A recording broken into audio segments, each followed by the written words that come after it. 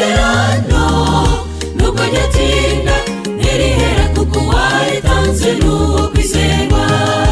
Amabanga y'umutima jya uyongorera Imana, iminwa yawe no mu maso hasige amavuta. Ab'inyuma bakubona ntibakamenye umubabaro ubitse mu mutima wawe. Guhisha imibabaro tugira mu buzima si ubugwari ahubwo ni ubutwari tugirira mu Mana. Izi amabanga yacu imbere mu mitima niyo kwizerwa n'iry'isezerano ritinze.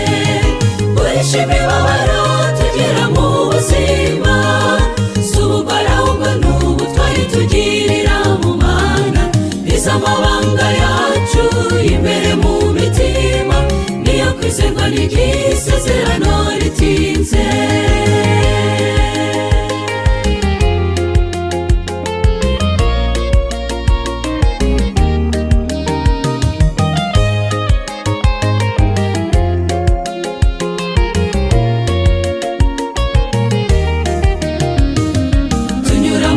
Bikomeretse imitima tukiheba, kenshi tuvugwa n'inshuti zacu z'amagara twizera, kuko zibitse amabanga yo mu mitima twazongoreye ngo turuhuke mu mitima. Nyamara hari inshuti ikwiye kumva ibyacu, izi amabanga yacu ahishwe mu mitima kure.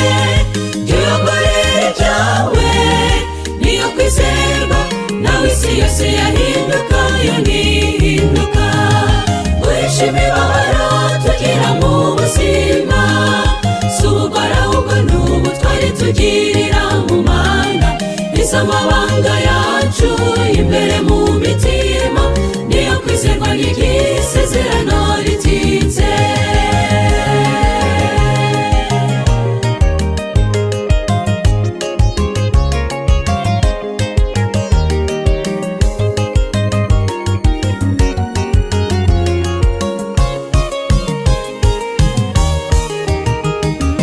Iminwa y'Hana yakundaga kunyeganyega n'ukuri, mu gihe umutima we washengukaga ubagoza.